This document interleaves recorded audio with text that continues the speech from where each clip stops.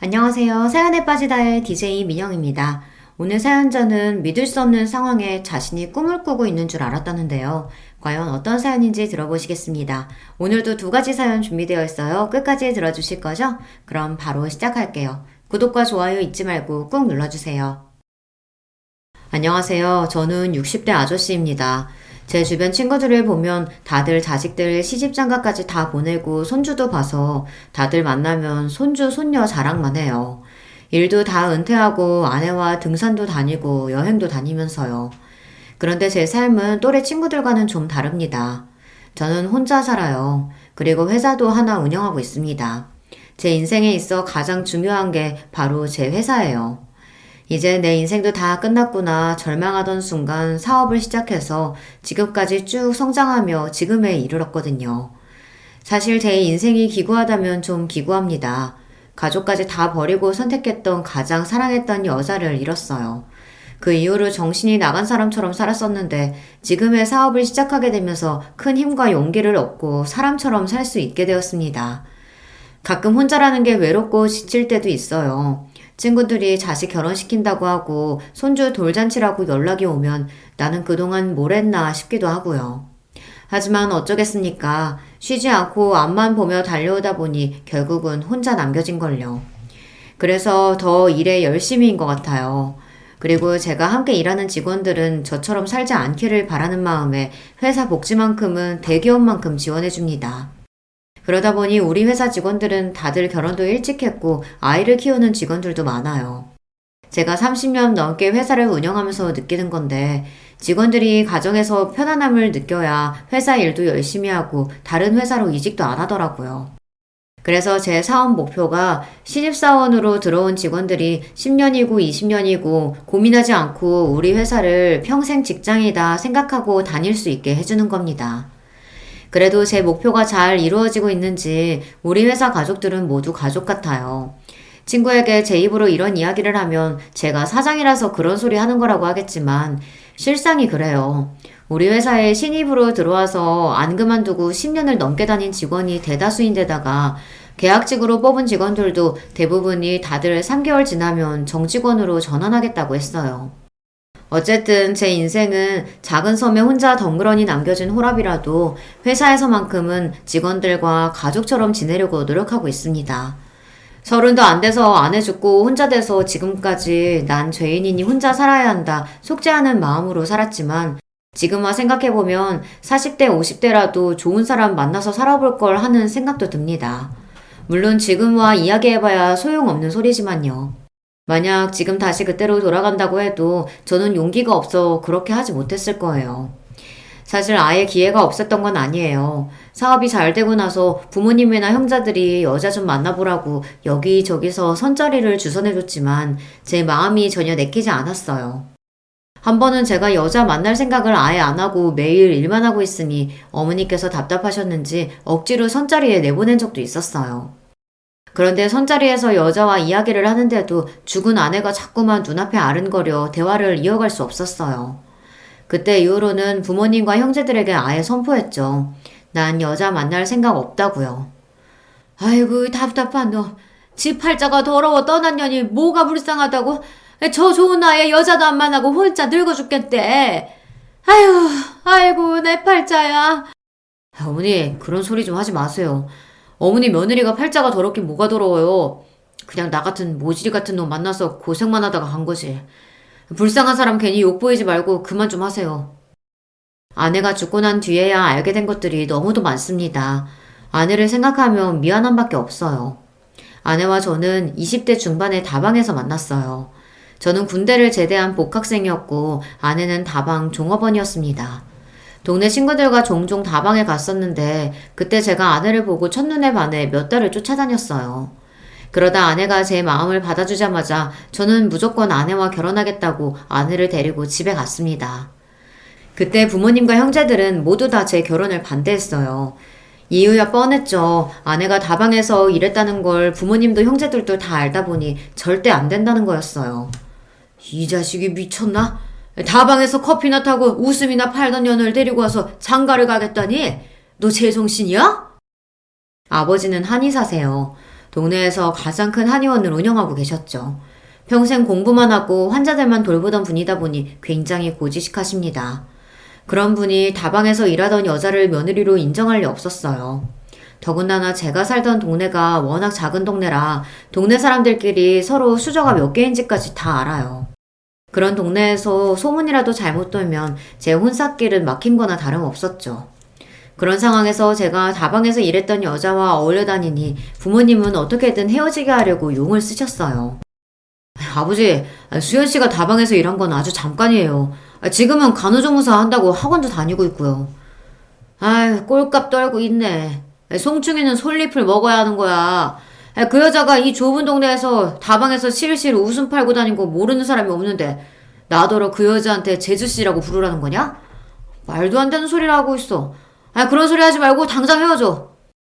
형이 뭔데 나더러 헤어지라 말아야. 형이랑 나는 달라. 형이야 평생 바보처럼 아버지 말만 듣다가 장가까지 아버지가 정해준 여자랑 사랑도 없이 결혼해서 살지만 난 형처럼 그렇게 병신같이는 못 살아. 뭐? 병신? 너 지금 말 다 했냐? 이놈의 새끼가 인생 망하게 생긴 거 기껏 도와줬더니만 고마운 줄은 모르고. 누가 도와달래? 나는 나대로 행복하게 잘 살 거니까 신경 끄고 형이나 잘해. 형은 장남이라는 이유로 평생 아버지가 시키는 대로 하고 살아왔습니다. 한의원을 운영하시는 아버지의 뒤를 잇기 위해 비행기 조종사라는 꿈도 졌고 한의대에 갔어요.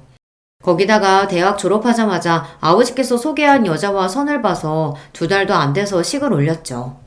형이 그렇게 바보처럼 살았으니 부모님은 제 돌발 행동을 아예 이해 못하시는 거죠. 아이고 그만 못해? 그럼 말도 안 되는 년 하나 때문에 너희가 왜 싸워? 여보 이게 다 무슨 일이에요? 동네 창피해서 얼굴을 못 들고 다니겠어. 더 말할 것도 없어. 그년이랑 당장 헤어지지 않으면 앞으로 넌 내 아들도 우리 집 자식도 아니야. 알겠어? 부모님도 모자라 형까지 반대했습니다. 제가 무슨 소리를 해도 들어주실 생각이 없었죠. 부모님은 제가 수연이와 계속 만나면 아예 인연을 끊고 살자고 하셨어요.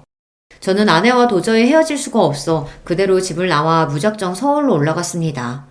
그리고 아내와 살림을 차리고 살았어요. 물론 서울에서의 생활은 제 기대처럼 행복하기만 하지는 않았습니다. 아내가 너무 좋으니 앞뒤 안 보고 집을 나왔지만 제가 무슨 돈이 있었겠어요. 닥치는 대로 뭐든 하면서 아내를 먹여 살려야겠다 이런 생각만 있었습니다. 저는 새벽부터 나가서 밤 늦게까지 공사 현장에서 일했어요. 그때야 제가 젊고 힘이 좋을 때니 일당을 많이 벌 수 있었거든요. 몸은 힘들어도 집에만 오면 하나도 힘들지 않았어요. 예쁜 아내를 보면 힘든 줄도 몰랐거든요. 물론 한 번씩 부모님 생각이 나기도 했지만 제가 이제 어린애도 아니고 성인이니 내 가정을 꾸리고 책임져야 한다는 마음이 더 강했습니다. 아내한테는 아무도 없어요. 어릴 때 부모님이 다 돌아가시고 형제도 없어서 혼자 힘으로 지금까지 살아온 여자거든요. 평생 외롭게만 살아온 아내에게 제가 좋은 남편이 되어주고 싶었습니다. 하지만 현실이 그렇게 만만하기만 하지는 않더군요. 현실이라는 게 사랑만으로 살 수만은 없다 보니 아내와 가끔 이런저런 문제로 다툼이 있었습니다. 하루는 갑자기 소나기가 쏟아져서 일하다 말고 집에 왔어요. 그런데 집에 있어야 할 아내가 없더라고요. 저는 시장이라도 갔나 싶어 우산을 들고 아내를 찾아 집 밖으로 나왔는데 아내가 동네에서 고깃집 하는 남자와 함께 우산을 쓰고 걸어오고 있더라고요. 저는 그 모습을 보자마자 눈이 휙 돌아서 성큼성큼 걸어갔습니다. 그리고 아내 옆에 있던 남자의 어깨를 툭 쳤어요. 남의 아내 옆에 찰싹 붙어서 뭐 하는 거야? 저리 안 꺼져? 아내? 그게 갑자기 비가 쏟아져서 우산만 좀 씌워준 거예요. 제 말에 남자는 화들짝 놀라더니 잠깐 우산만 씌워준 거라며 당황해서 달려가더군요. 제 반응에 아내도 당황했는지 시장 보다가 비가 갑자기 쏟아져서 갈비집 앞에 서 있었는데 남자가 우산이 있다면서 잠깐 앞까지 씌워준 거래요. 미친놈. 우산이 있으면 그냥 빌려주고 나중에 갖다 달라고 하면 되지. 지가 씌워주긴 뭘 씌워줘. 아무튼 예쁜 건 알아가지고 개수작 부리기는. 아내가 젊고 예쁘다 보니 틈만 나면 껄떡대는 놈들이 많았습니다. 그럴 때일수록 아내를 믿고 저도 욱하면 안 되는 건데 당시에 돈도 잘 못 벌고 능력이 없다 보니 괜한 자격지심을 부렸어요. 그럴 때마다 제가 못난 모습을 보이면 착한 아내는 항상 제 편을 들어주며 걱정하지 말라고 했어요. 아, 예쁘긴 뭐가 예뻐. 그냥 내가 짐을 많이 들고 있으니까 좋아지려고 그런 거지. 나도 이제 아줌마인데 누가 거들떠나 본다고 질투를 해. 아줌마는 무슨. 당신은 절대 아줌마처럼 안 보이니까 앞으로는 저런 양아치 같은 놈들 조심해. 알았지? 그때는 정말 아내에게 미쳐 있었습니다. 아내와 같이 사는 게 너무 좋아서 다른 건 신경 쓸 겨를도 없었어요. 그런데 문제는 그때 제가 너무 어렸다는 겁니다. 사회 경험이 좀 있었다면 그렇게 막무가내로 무식하게 살지는 않았을 텐데 지금 당장 눈앞에 보이는 일만 생각하느라 아내의 마음을 헤아리지 못했어요. 아내는 제가 집을 나와 제대로 된 직장도 없이 막노동하고 사는 걸 걱정했어요. 열심히 공부해서 그 좋은 대학도 나온 사람이 괜히 나 때문에 졸업도 못해서 이런 힘든 일이나 하고 있고 내가 너무 미안해. 지금이라도 괜찮으면 다시 대학 다니면서 졸업하는 거 어때? 돈은 내가 나가서 벌게. 아내를 만났을 당시 졸업까지 딱 반년을 남겨둔 상태였는데 부모님의 반대로 서울로 올라오느라 졸업을 못했습니다. 아마 출석을 하지 않아서 유급이 됐을 거예요. 저는 그런 것들이 전혀 아깝지도 후회되지도 않았는데 아내는 제가 학업을 마치지 못한 게 자신 때문이라고 생각하는지 자꾸만 저에게 미안하다고 했어요. 그러면서 툭하면 본인이 나가서 돈을 벌 테니 저더러 공부를 마저 하라고 했습니다. 당신이 나가서 무슨 돈을 번다고 그래? 왜? 내가 못 믿어서 그래? 내가 못나서 당신 또 다방이나 나가게 할 것 같아? 그런 말이 아니잖아. 내가 당신이 있는데 다방에 나가긴 왜 나가? 나도 지금 당장 어디 식당이라도 나가서 설거지라도 하면 우리 생활비는 벌 수 있으니까 당신이 고생 안 했으면 해서 그러는 거지. 제가 못난 놈입니다. 남들이 아내가 다방에서 일했다는 이야기를 하는 건 죽기보다 싫어하면서 저도 모르게 화가 나면 아내 앞에서 그런 소리를 해댔어요. 지금 생각하면 제가 그럴 때마다 아내가 얼마나 속상했을까 너무 미안해요. 지금까지 그 고생하면서 살았으면 됐지. 식당은 또 무슨 식당이야. 내가 나가서 막노동하는 게 걱정되면 지금이라도 당장 나가서 내가 번듯한 직장 구해올게. 그러니까 내 걱정은 하지 말고 우리 빨리 아이부터 갖자. 알았지? 야반도주하듯 아내와 서울로 도망왔으니 아내와는 제대로 혼인신고도 하지 못했어요. 그래서 어린 마음에 아이부터 빨리 가지면 아버지도 어쩔 수 없이 저와 아내 사이를 허락해 주실 거라고 확신했습니다. 그러던 중 제가 생각지도 못한 걸 발견하고 말았습니다.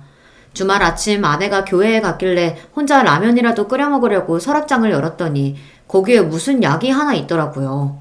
그 약은 다름 아닌 피임약이었습니다. 제가 얼마나 아이를 갖기 원하는지 아내도 알면서 저 몰래 피임약을 먹고 있었다는 건 너무나도 충격이었어요. 저는 그날 아내에게 처음으로 심하게 화를 냈습니다. 이게 뭐냐고. 내가 아이를 얼마나 원하는지 모르냐고 따졌죠.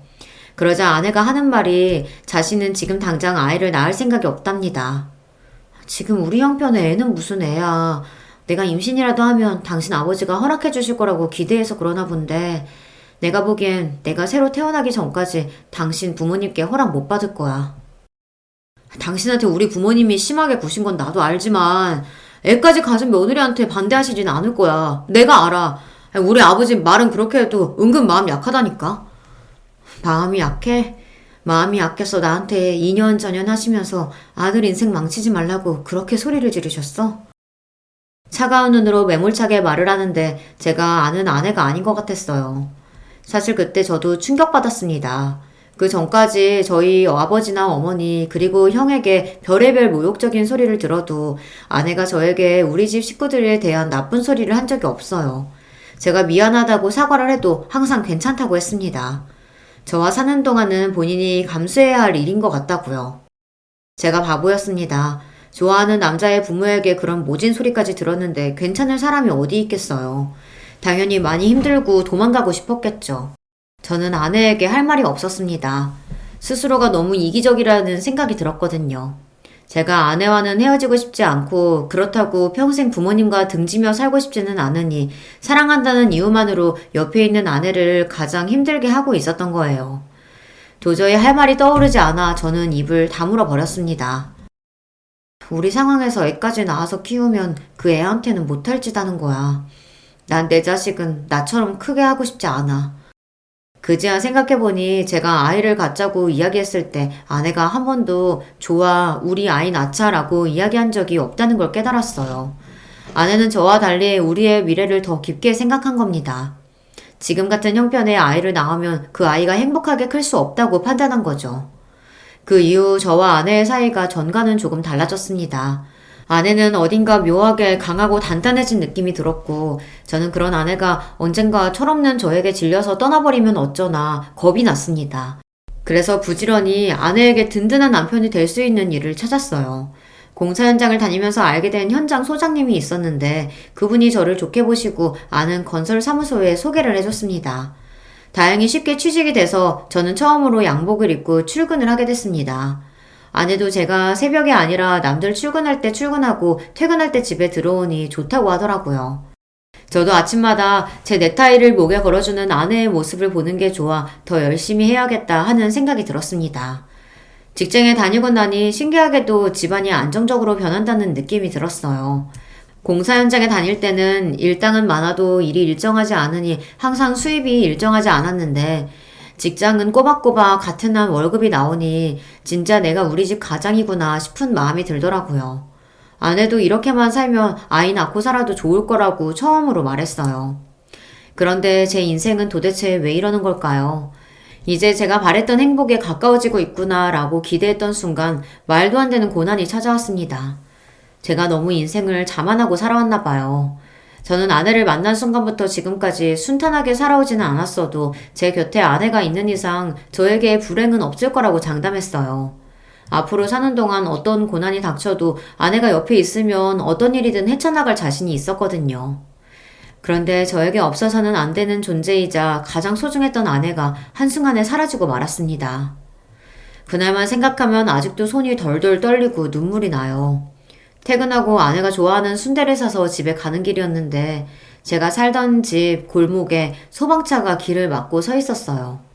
그리고 경찰관들이 제 집에 못 들어가게 막았습니다. 저는 너무 놀라서 아내가 안에 있다고 나는 꼭 들어가야 한다고 소리쳤어요. 그러자 경찰이 하는 말이 이미 구조는 끝난 상태라 혹시 아내 가족이 있었던 거면 근처 대학병원에 가보라고 하더라고요. 저는 정신이 없는 와중에 병원에 가려고 택시를 타려고 했습니다. 그런데 그때 생각지도 못했던 사람이 제 앞에 나타났어요. 바로 저희 형이었습니다. 형이 제가 이곳에 있는 걸 알 리가 없는데 어떻게 나타났을까 싶어 어리둥절한데도 아내가 걱정돼서 말이 나오지 않았어요.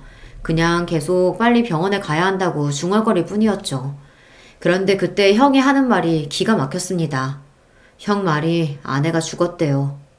무슨 이런 일이 있니? 너 여기 산다는 거 듣고 바로 찾아왔는데 글쎄 불이 나서 집이 다 불타고 있는 거야. 나는 혹시나 네가 여기 있기라도 할까봐 곧장 신고했는데 너는 없고 그 여자만 있었대.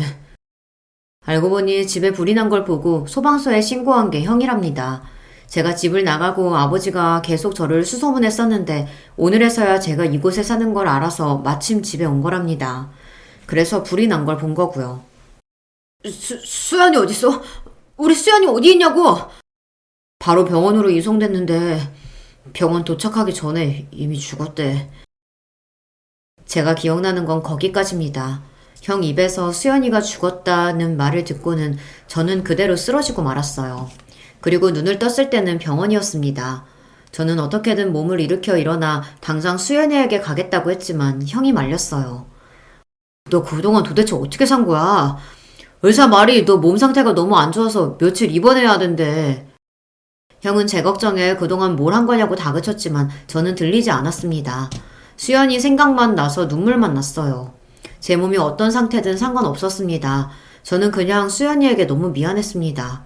도망 나와 여기까지 끌고 온 것도 나면서 먹고 살겠다고 일하는 게 힘들어서 자꾸만 수연이에게 어린애처럼 징징댔어요. 아침에도 수연이가 새벽부터 끓여놓은 콩나물국이 짜다고 다 먹지도 않고 그냥 나왔거든요. 저는 믿을 수가 없었습니다. 수연이가 죽다니요. 저는 도저히 믿을 수가 없었습니다.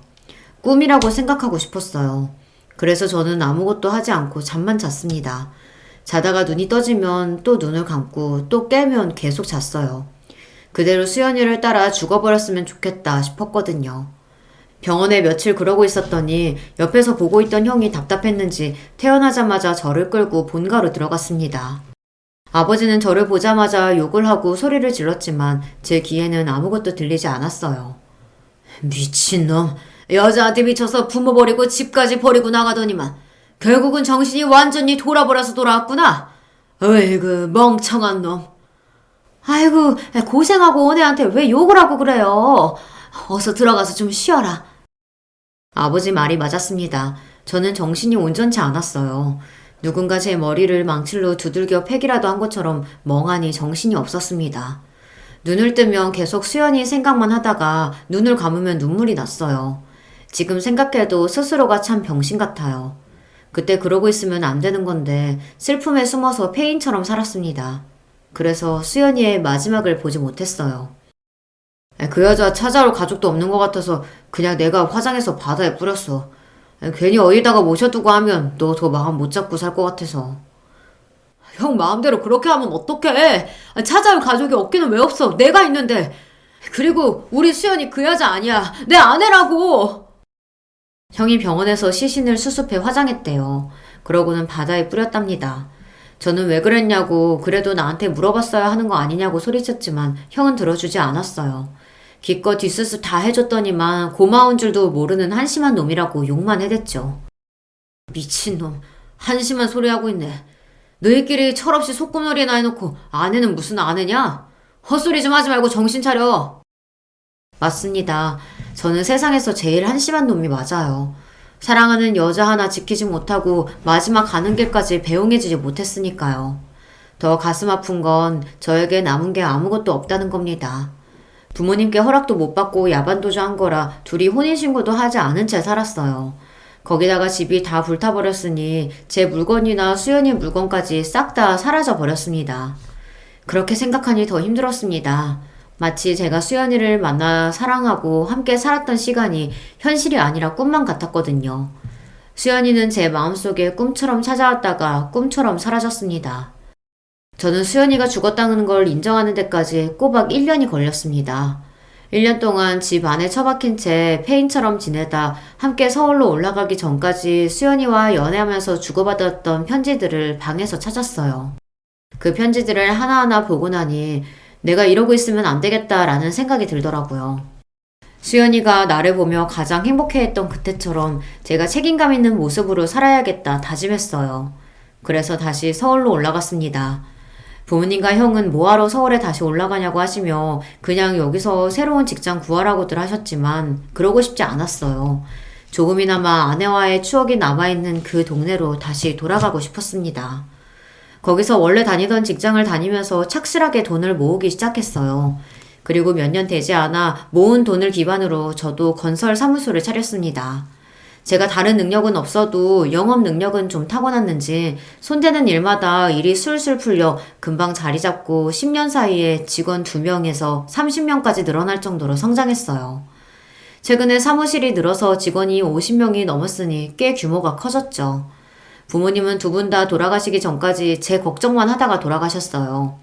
그래도 제가 50 정도 됐을 때까지는 부모님이 어떻게든 장가를 보내려고 수단과 방법을 가리지 않으셨었는데 제가 전혀 여자도 만나지 않고 나가는 선자리마다 파토를 내고 들어오니 언제부턴가는 아예 포기하시더라고요.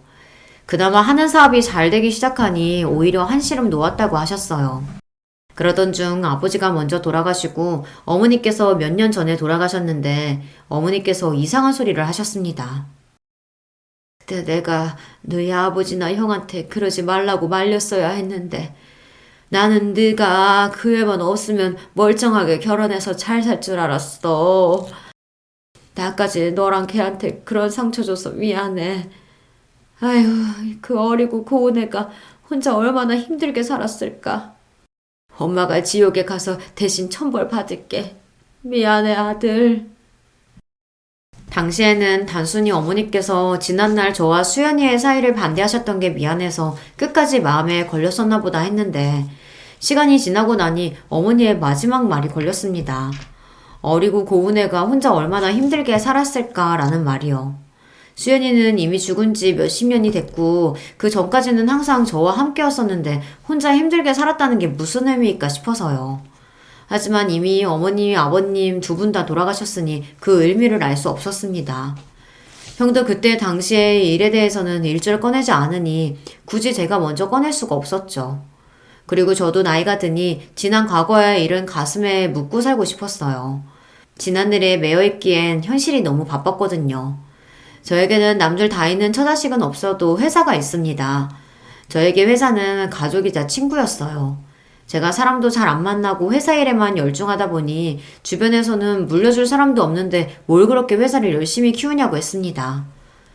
그렇게 돈 많이 벌어봐야 물려줄 자식도 없는데 나중에 어떡하려고 회사 일만 죽어라 하면서 사냐? 돈도 벌 만큼 벌었는데 좀 쉬엄쉬엄 하면서 운동도 하고 여행도 좀 다니고 그래. 너 그러다 과로로 늙어 죽으면 하늘나라 가서도 후회한다. 내가 물려줄 사람이 없기는 왜 없어. 우리 회사 직원들이 있는데 나 죽기 전에 나랑 같이 고생했던 직원들한테 다 나눠주고 갈 거야. 다들 제 말을 믿지 못했지만 저는 진심이었습니다. 저에게 남은 게 뭐가 있겠어요. 회사 달랑 하나인데 그 회사 위에 자신의 평생을 바쳐 열심히 일한 직원들에게 모두 다 주고 가고 싶었어요. 저는 이런 이야기를 직원들에게 종종 합니다. 직원들도 처음 들었을 땐 대표가 술에 취해서 술주정을 하나 보다 하지만 함께 오래 일한 직원들은 제 마음을 알아요. 제가 회사와 우리 직원들을 얼마나 소중하게 생각하는지요. 저에게 회사 직원들이 가족이나 다름없었습니다. 그래서 직원들 경조사에는 무슨 일이 있어도 참석하고 회사에서 지원해줄 수 있는 만큼 지원을 해줬어요.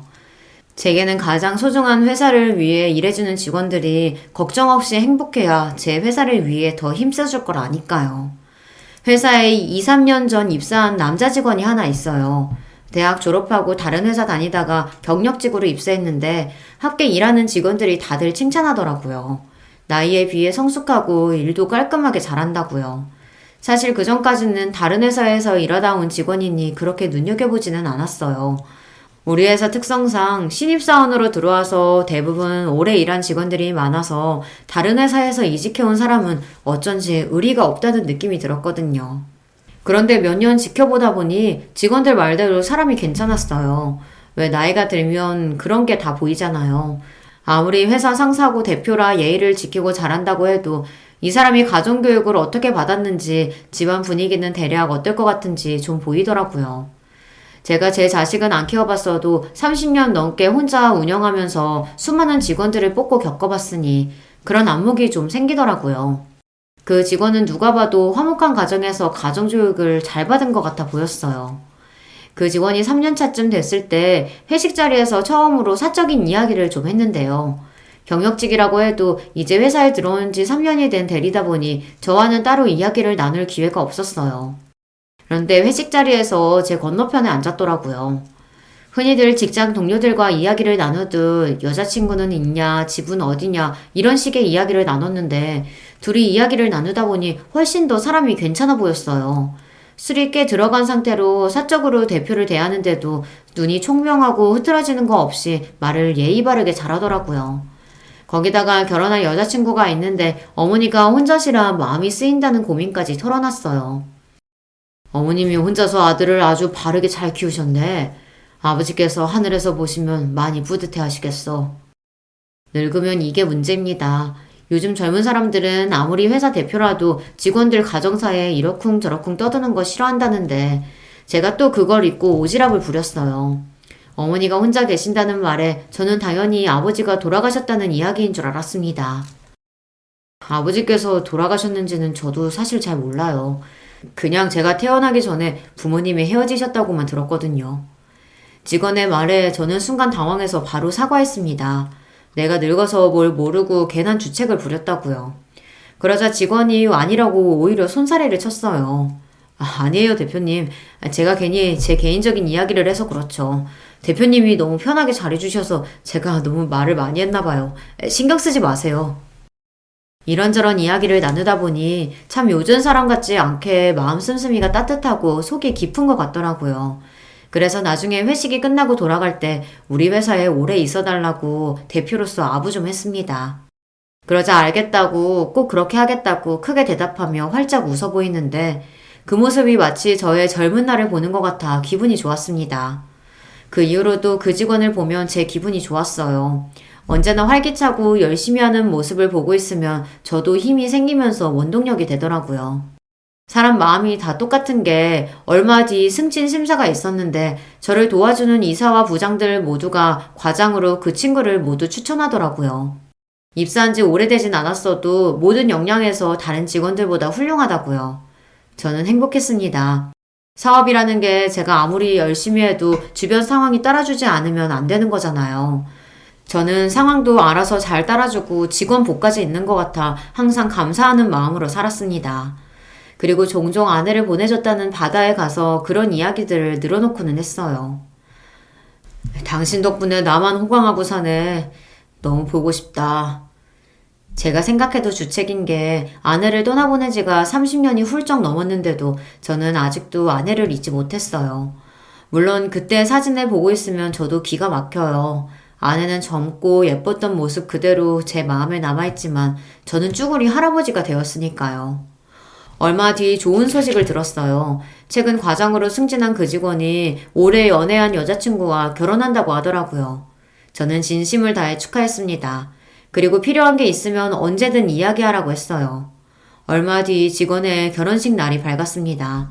그날은 아침부터 뭔가 기분이 좋았어요. 결혼식장에 택시를 타고 가는데 벚꽃도 예쁘고 날씨도 좋아서 저도 모르게 발걸음이 가볍더군요.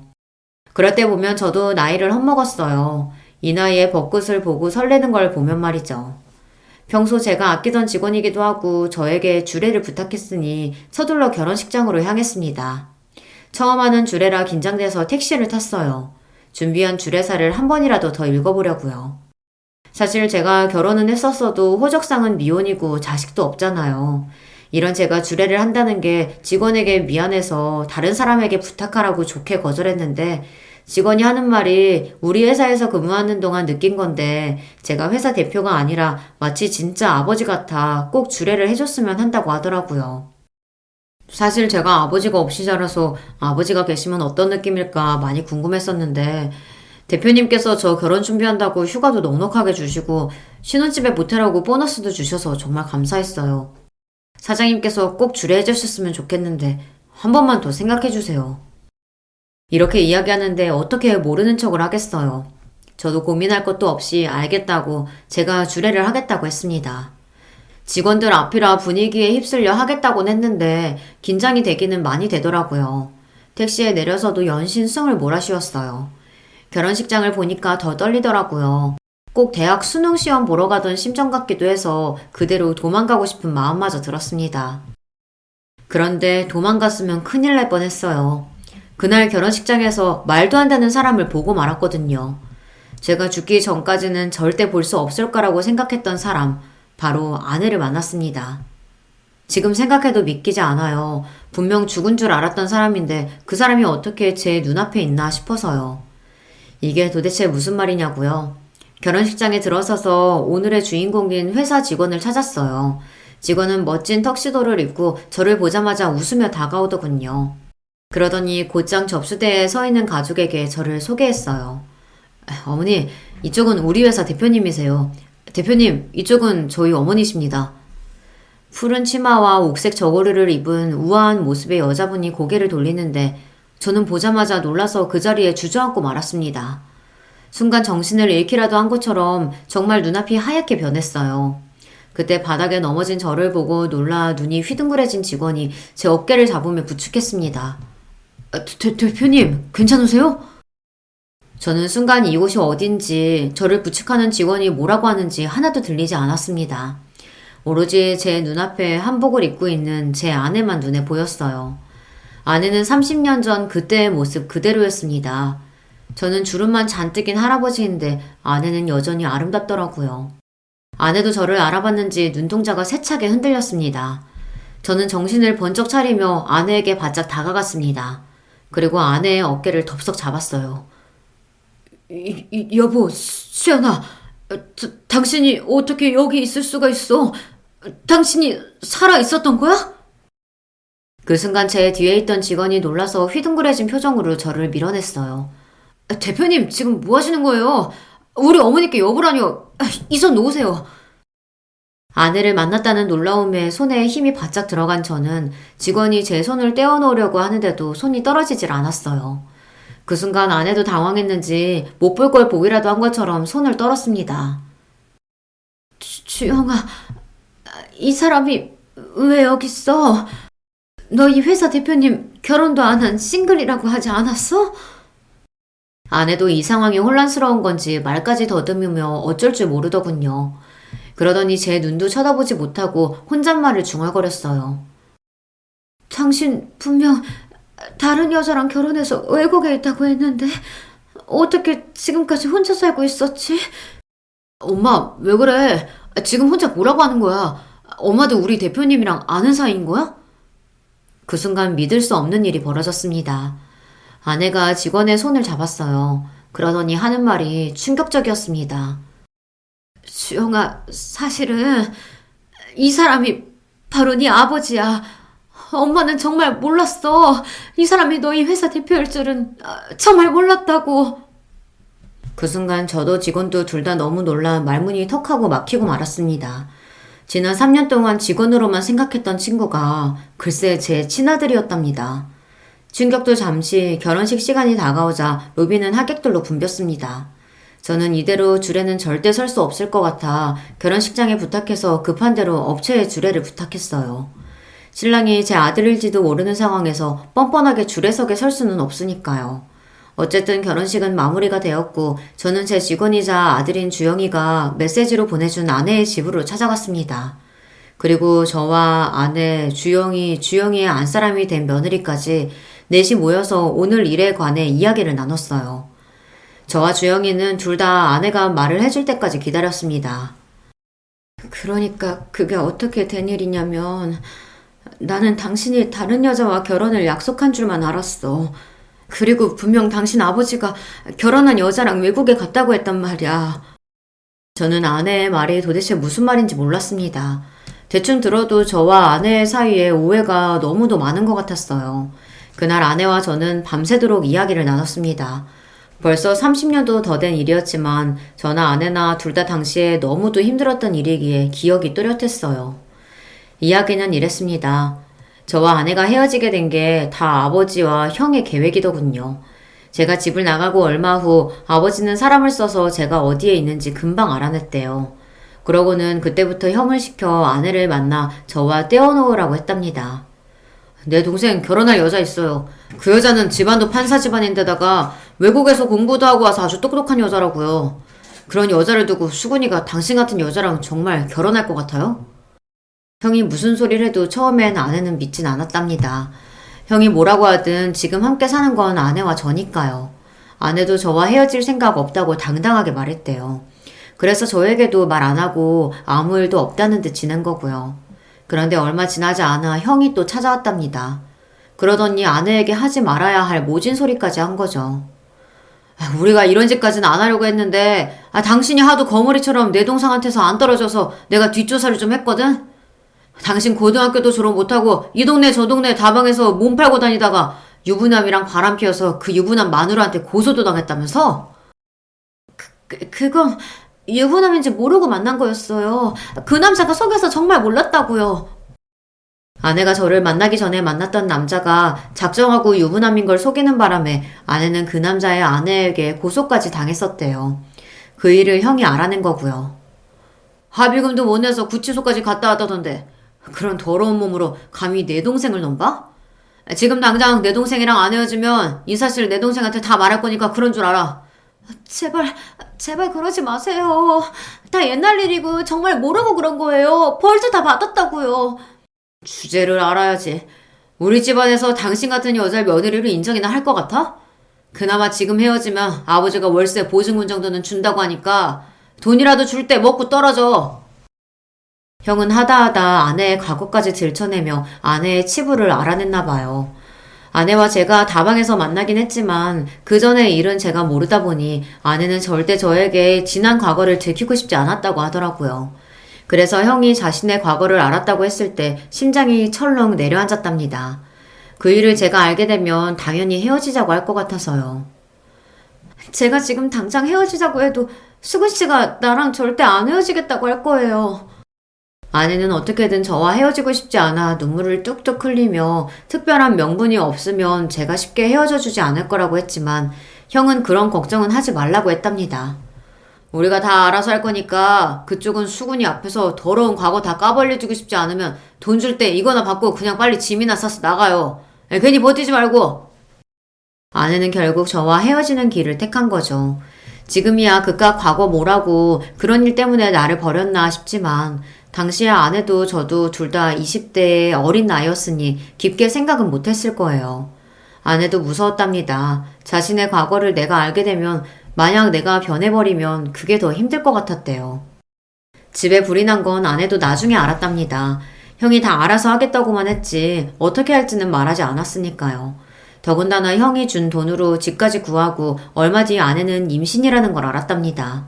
그래서 다시 저와 살던 집으로 찾아갔는데 그때 이미 집이 다 불타고 사라져서 어떻게 해야 할지 몰라 제가 살던 고향집으로도 찾아갔었는데 그때 하필이면 우리 아버지를 만나 말도 못하고 쫓겨났답니다.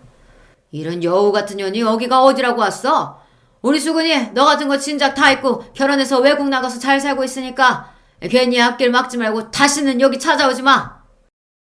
아버지의 말을 그대로 믿은 아내는 다시는 저를 찾아오지 않겠다 다짐하고 서울로 올라와 악착같이 살았답니다. 아내의 이야기는 회사 직원인 주영이에게 여러 번 들은 적이 있습니다. 어머니께서 혼자 자신을 키우느라 안 해본 일 없이 쉬지 않고 일하셨다고요. 아들로서 그런 어머니가 존경스럽다고 이야기하는 걸 회식 때마다 들은 적이 있습니다. 저는 이제야 평생 풀리지 않았던 퍼즐이 맞춰지는 것 같았어요. 퇴근하고 집에 돌아왔더니 갑자기 집에 불이 나 있었고 아내가 있다고 울부짖는 저에게 갑작스레 찾아온 형이 아내가 죽었다고 했으니까요. 저는 모두가 원망스러웠습니다. 저와 아내가 얼마나 서로를 사랑했는데 아버지와 형의 잔인한 계획으로 인해 저와 아내는 30년을 넘게 서로를 오해한 채 헤어져 지냈으니까요.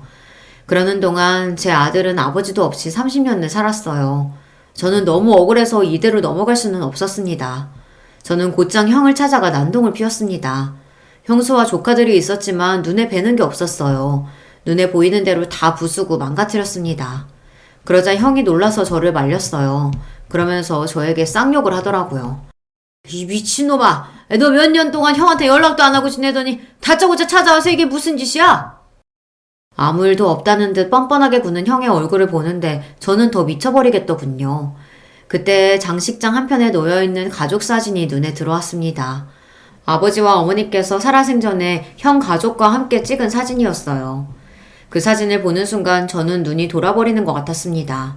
저는 그대로 성큼성큼 다가가 액자를 바닥에 던져버렸어요. 쨍그랑 소리와 함께 액자가 깨져버렸습니다.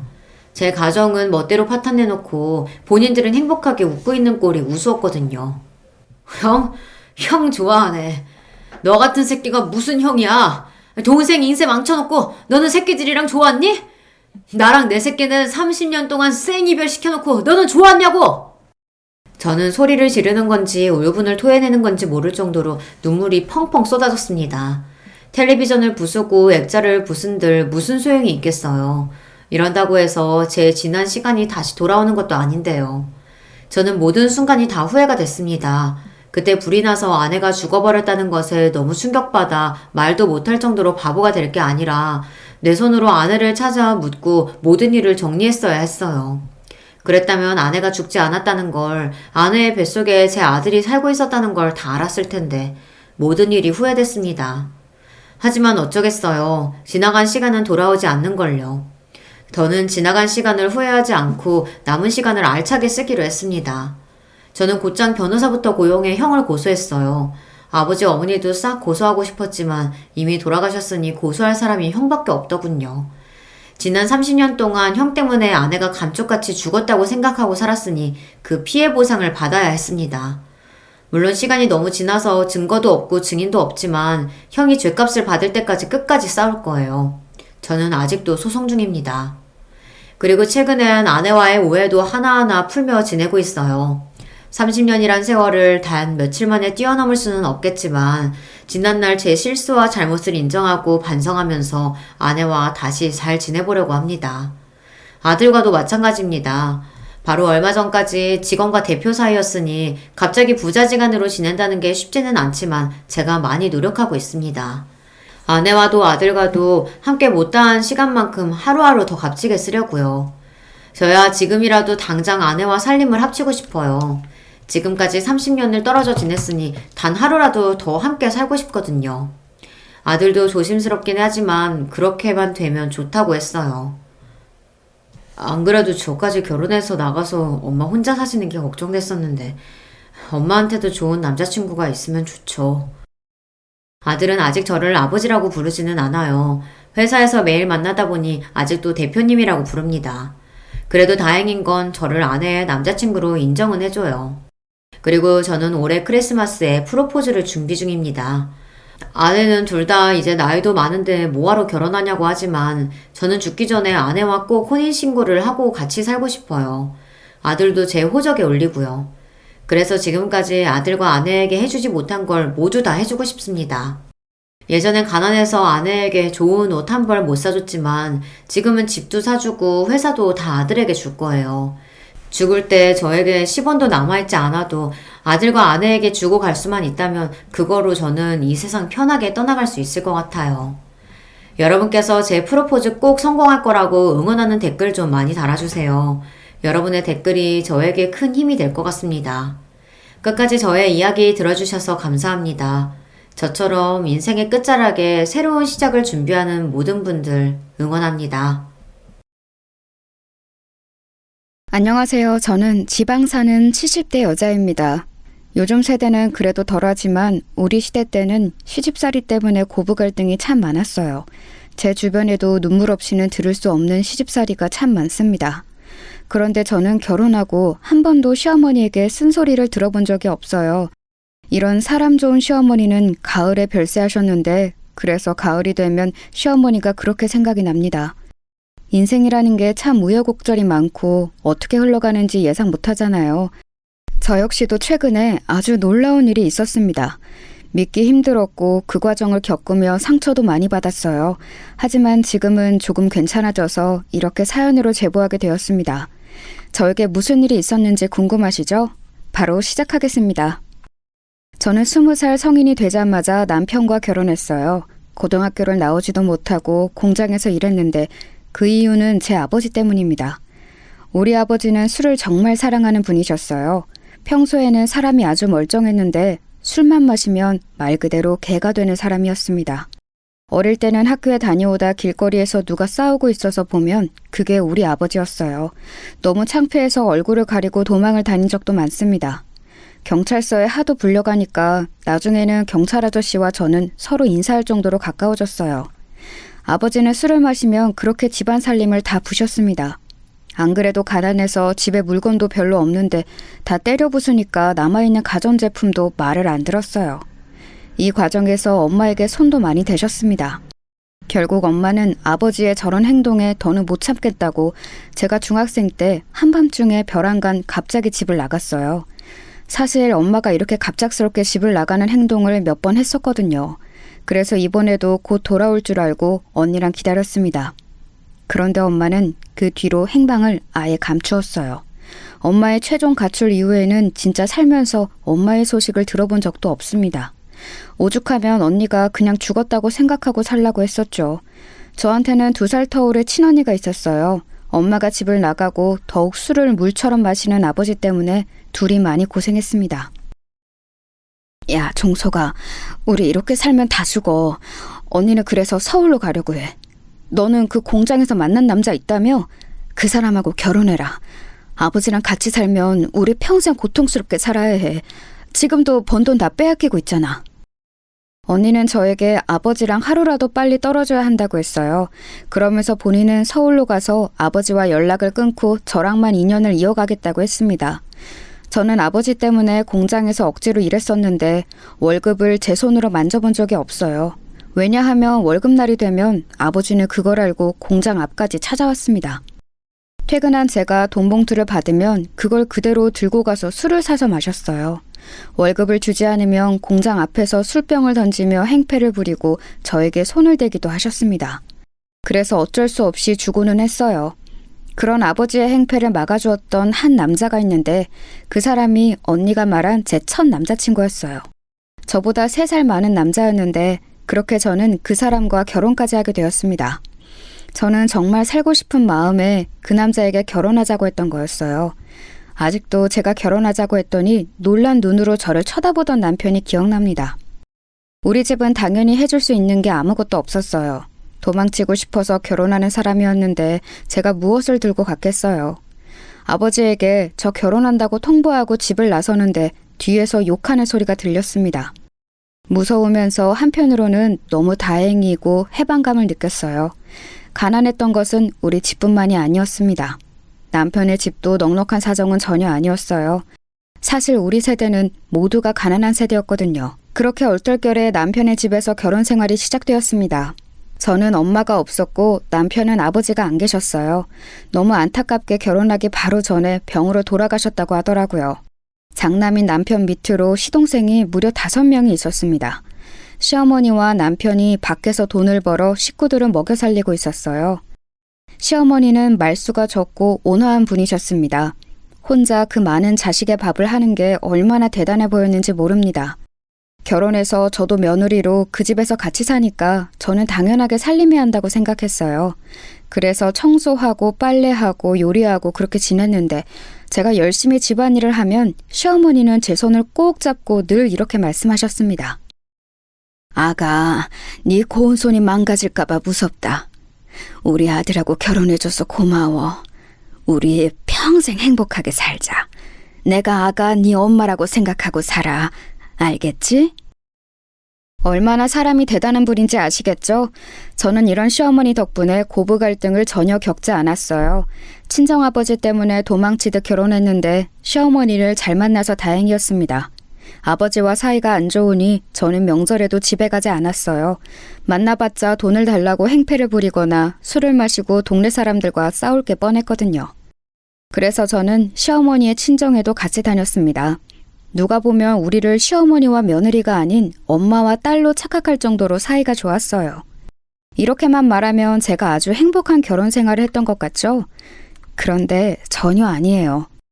왜냐하면 남편의 도박 중독 때문에 제가 얼마나 고생을 많이 했는지 몰라요. 남편은 결혼 전에는 전혀 안 그랬다고 하던데 결혼하고 정말 우연히 도박을 한번 해보더니 거기에 푹 빠지게 되었습니다. 공장에서 번 돈을 집에 가져오지 않고 그대로 도박장에 들고 갔어요. 시어머니와 저는 그런 남편을 찾으러 온 동네를 뒤지고는 했습니다. 결혼하고 저는 집에 있느라 공장에서 일하지 않았거든요. 남편이 벌어오는 돈으로 우리가 살았는데 저렇게 가장이 책임감 없이 행동하니 기가 막혔습니다. 시어머니도 간간히 용돈벌이로 남의 집 옷을 수선했는데 그걸로 우리가 먹고 살기엔 너무 부족했어요. 이런 남편 때문에 제가 얼마나 마음고생을 했는지 모릅니다. 하지만 이럴 때마다 시어머니가 제 손을 잡고 울면서 당신이 대신 미안하다고 해서 마음이 약해졌어요. 남편을 저 대신 때리면서 정신을 차리라고 몇 번을 말씀하셨죠. 물론 남편은 시어머니와 제가 아무리 말려도 들은 척도 하지 않았습니다. 심지어 있던 집을 담보로 도박해서 우리는 단칸방으로 이사 가기까지 했어요. 시동생이 무려 5이라 단칸방에서 잠을 잘 때는 똑바로 눕지도 못했습니다. 그 지경까지 가니 저도 집에 있을 수는 없었어요. 그래서 공장에 나가서 급하게 제가 돈을 벌었습니다. 이렇게 힘들게 사느라 임신은 저에게 다른 세상 얘기였어요. 남편은 약 3년 동안 도박에 빠져 살다가 간신히 정신을 차렸어요. 그 이유는 바로 막내 시동생이 병에 걸렸거든요. 그것도 이유를 제대로 알 수 없는 병이었어요. 남편이 밖에서 도박하고 돌아다녀서 시어머니와 제가 일하느라 시동생들을 제대로 챙길 수가 없었습니다. 그래서 막내 시동생이 한밤중에 열이 펄펄 나도 해열제만 계속 먹였어요. 그러다 어느 날은 아침에 깨어나질 않아 급하게 병원에 데려갔더니 불치병이라는 거예요. 이유를 알 수 없으니 병원에 입원한 상태로 있었는데 돈이 정말 많이 들었습니다. 둘째 시동생이 학교도 가지 않고 병원에서 간호하느라 고생이었어요. 막내는 생사를 오가고 시어머니와 저도 힘들어서 안 아픈 곳이 없으니 그제야 남편은 정신을 차렸습니다. 그래서 곧바로 집 앞에 있는 인쇄회사에 들어갔어요. 가서 제일 말단 직원으로 일을 시작했습니다. 시어머니와 저는 남편이 그렇게 일반 사람처럼 직장에 다닌다는 것만으로도 좋았어요. 돈을 버는 사람이 늘어나니까 확실히 조금이라도 사람 사는 것처럼 살 수 있게 되었습니다. 남편이 회사에 들어가고 저는 첫째를 임신하게 되었어요. 제가 임신하자 시어머니는 또 제 손을 꼭 잡고 아주 좋아하셨습니다. 저도 아이를 가지니까 책임감도 생기고 좋았어요. 무엇보다 남편이 제 임신 소식을 듣자 회사를 더 열심히 다니기 시작했습니다. 사장님께서 저에게 대놓고 남편이 다른 사람이 된 것 같다고 하실 정도로요. 그때는 이제는 진짜 제 인생이 평탄하게 흘러갈 줄 알았답니다. 하지만 역시 그것도 제 착각이었어요. 저는 첫째를 가졌을 때 입덧이 매우 심했는데 뭘 먹으려고 하면 자꾸 속에서 뭐가 올라오는 느낌이 들었어요. 입에 대는 것은 물론이고 음식 냄새를 맡는 것도 힘들었습니다.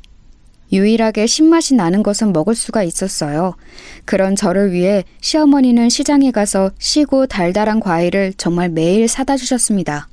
신선한 것을 먹어야 한다고 쟁여놓지 않고 새벽 시장에 가서 사오셨어요.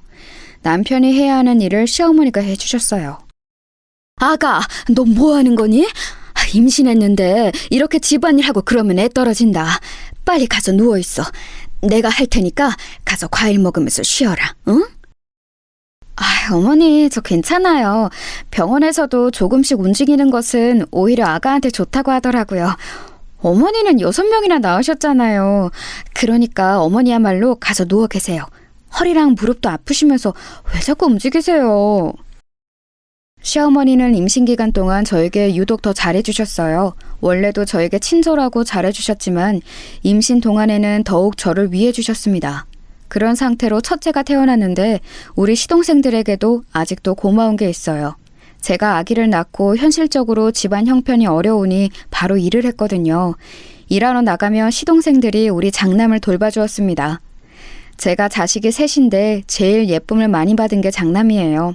그 뒤로도 저는 아들 1명, 딸 1명을 더 낳아 3남매를 낳았습니다.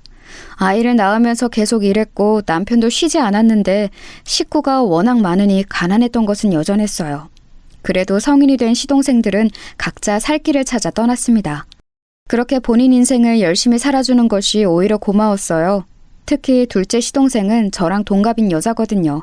저한테 꼬박꼬박 언니라고 부르면서 얼마나 잘해줬는지 모릅니다. 제가 임신했을 때도 시어머니와 함께 집안일을 하고 시누이라고 전혀 괴롭히는 것도 없었어요. 오히려 본인 오빠가 철이 없다고 저를 위로해 주었죠.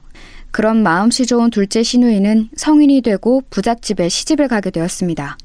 얼굴이 워낙 반반해서 인기가 좋았거든요. 시집을 가면서 우리는 해준 것도 없는데 친정이라고 돈도 가져다 주었어요. 그 돈으로 이사도 갈 수 있었습니다. 이렇게 시동생들도 멀쩡하고 시어머니는 너무 좋으셨는데 남편은 또 뭐가 그리 불만인지 사고를 거하게 쳤습니다. 잘 다니던 인쇄회사를 갑자기 가족들의 상의도 없이 그만두었거든요. 퇴사라는 말을 저에게 한 번도 하지 않고 말 그대로 갑자기 하루아침에 그만두었습니다. 여러분, 혹시 사업병이라는 단어 들어보셨나요? 남편은 본인이 인쇄회사에서 일해보니 자기도 회사를 운영할 수 있겠다고 말하더라고요. 그러면서 자기를 믿어달라고 했습니다. 시어머니와 저는 격렬하게 반대했어요. 왜냐하면 그때 첫째 나이가 겨우 9살이고 막내의 나이는 3살이었어요. 아이들이 너무 어린데 위험한 선택을 하는 것이 저는 도저히 이해할 수 없었습니다. 시어머니도 남편을 얼마나 말렸는지 모릅니다. 저랑 시어머니는 필사적으로 남편을 말렸어요. 하지만 남편은 우리가 말린다고 들을 사람이 아니었어요. 남편은 그렇게 막무가내로 회사를 그만두고 사업을 시작했습니다. 심지어 그렇게 사업을 시작하며 둘째 신우의 남편에게 돈까지 빌렸어요. 이렇게 시작한 사업이 잘 되었으면 저도 고생을 덜 했을 거예요. 그런데 안타깝게도 사업은 잘 풀리지 않았습니다. 오히려 빚만 날이 갈수록 늘어났어요. 이 과정에서 둘째 시누이는 친정과 연을 끊게 되었습니다. 남편이 자꾸 시누이의 남편에게 돈을 빌려서 부부 사이가 나빠졌다고 원망했어요. 시누이는 이렇게 살면 본인까지 오빠 때문에 죽을 것 같다고 연을 끊었습니다. 빚을 얼마나 낸 건지 집에 빚쟁이들이 쉬지 않고 찾아왔어요. 돈 내놔! 내 피 같은 돈을 가져갔으면 갚아야 할 것 아니야! 한 달만 주면 2배로 갚는다며? 그래놓고 지금 3달이 지났어. 돈 안 내나? 어? 그럼 몸이라도 팔아서 돈을 구하란 말이야. 네 몸을 팔기 싫으면 아이라도 내놔. 내가 확 팔아버리게. 안 돼요. 저기 안 돼요. 차라리 남편을 데려가세요. 우리 아이들은 죄가 없어요. 애들은 아무것도 몰라요. 제발요. 빚쟁이들은 집에 매일 찾아와서 우리를 괴롭혔어요. 심지어 아이를 데려간다며 우리 막내를 실제로 들고 집을 나가려고 했습니다. 그래서 시어머니와 저는 무릎을 꿇고 빌었어요. 그 사건이 있고 저는 인생을 포기하고 싶었습니다. 친정아버지 복도 없는데 남편 복까지 없는 불우한 인생이었어요. 아니면 그냥 차라리 삼남매를 데리고 도망을 가야 하나 생각도 들었습니다. 남편을 생각하며 속에서부터 우라가 치밀었어요. 그런 제 마음을 눈치챘는지 시어머니는 저에게 미안하다고 우셨어요. 미안하다고 당신께서 사과하시는데 마음이 좋지 않더라고요. 남편은 그래도 조금만 기다려달라고 했지만 이미 수중에 남은 재산은 하나도 없었어요. 기다린다고 잘 풀릴 것 같지도 않았습니다. 결국 시어머니와 저는 급한 대로 아주 작은 식당을 시작하게 되었어요. 우리 시어머니의 최고 장점이 요리를 매우 잘하는 거예요. 손재주가 워낙 좋아서 손으로 하는 모든 일에 재능이 있으셨습니다. 그래서 수선일도 잘하셨는데 무엇보다 음식을 매우 잘하세요. 그래서 아주 작은 식당을 열고 아침부터 밤까지 운영했어요. 시어머니와 저 그리고 시동생들은 식당 일에 매달렸습니다. 새벽부터 시장에 가서 재료를 사고 한 분의 손님이라도 더 오게 하려고 노력했어요. 그렇게 아끼고 아껴서 모은 돈으로 남편의 빚을 점점 갚고 있었습니다. 남편의 사업 실패로 인한 빚은 사실 어마어마했어요. 그 빚을 갚으려고 얼마나 고생했는지 몰라요. 게다가 식당을 운영하며 아주 슬픈 일도 겪었습니다. 왜냐하면 시어머니가 쓰러지셨거든요. 안 그래도 시어머니는 몸이 약한 상태였어요. 특히 시아버지가 돌아가시고 고생을 많이 하셨거든요.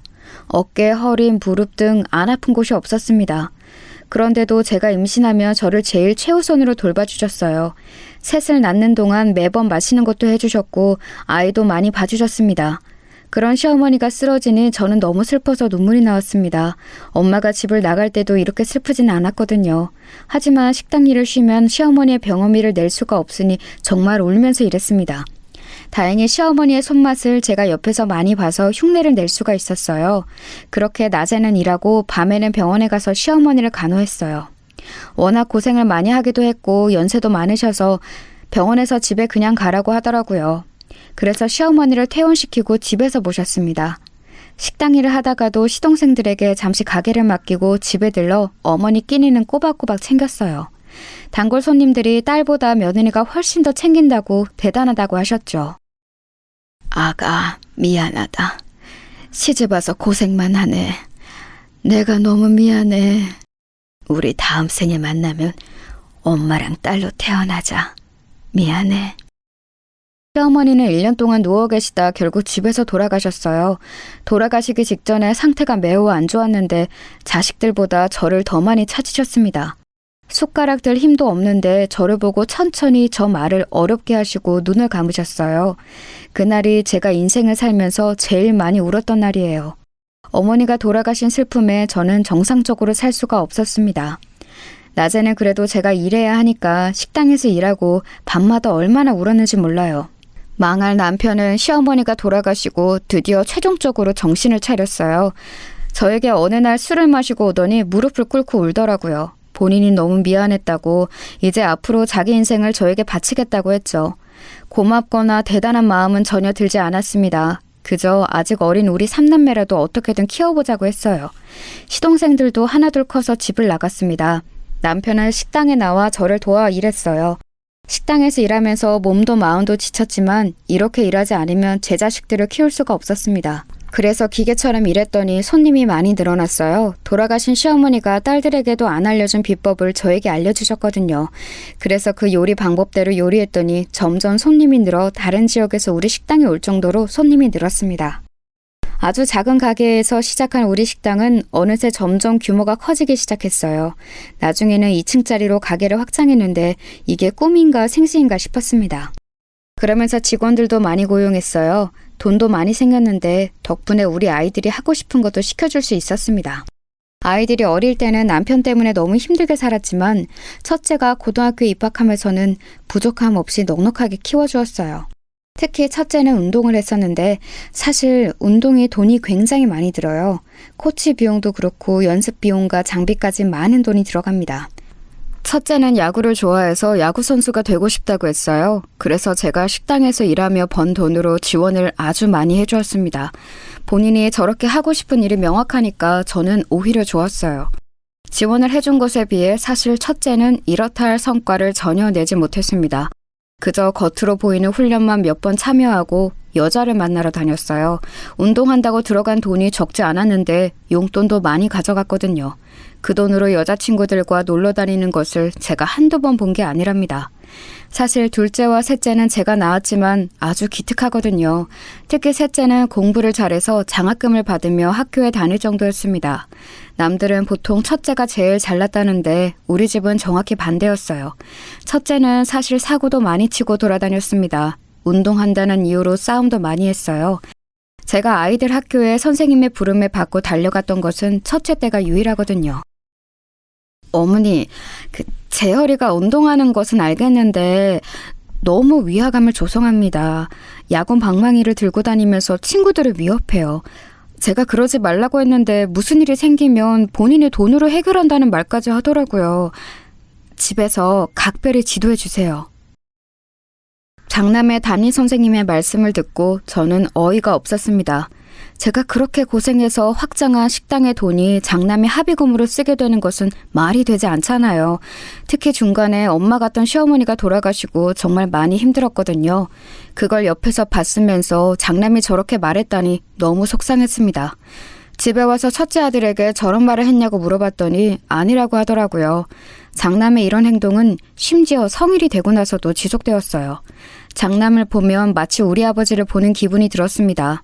여기저기 시비를 걸고 싸움판에 휘말리는 모습을 보며 얼마나 속이 상했는지 몰라요. 남편이 겨우 정신 차렸더니 이제는 큰아들이 제 속을 썩이기 시작했죠. 군대를 다녀오고 큰아들은 본격적으로 사고를 치며 돌아다녔습니다. 야구선수가 되겠다면서 야구 방망이를 들고 다녔는데 저도 모르는 사이 깡패 집단에 들어갔더라고요. 집에 잘 들어오지도 않았는데 간만에 아들을 보면 볼 때마다 문신이 늘어나 있었습니다. 양팔과 등짝에 무시무시한 용 그림이 있었어요. 야, 이재열, 너 등짝에 그건 뭐야? 너 야구선수가 되겠다고 하더니 지금은 뭔 깡패야? 제발 정신 좀 차려라, 어? 동생들은 공부해서 대학 가는데 너만 이게 뭐야? 너한테 이제 엄마도 지원 못 해줘. 알겠어? 엄마 너무 서운하네. 나한테 어떻게 이래? 나 정신 차리고 살 테니까 그럼 가게 하나만 열어줘요. 술집 하나만 열어주면 쥐 죽은 듯이 살게. 어? 제발 나 각서도 쓸게. 보다못한 제가 이제 지원을 못 해준다고 하자 장남은 오히려 가게를 열어달라고 했습니다. 본인의 인맥으로 술 장사를 하면 반드시 대박이 날 거라고 하더라고요. 그런 장남을 보며 한숨이 나왔어요. 어렸을 때부터 고생하면서 제가 잠도 못 자면서 식당을 운영했는데 장남은 그걸 뻔히 알면서 술집을 차려달라고 했습니다. 둘째와 셋째는 알아서 본인 산길을 잘 찾아가고 있었어요.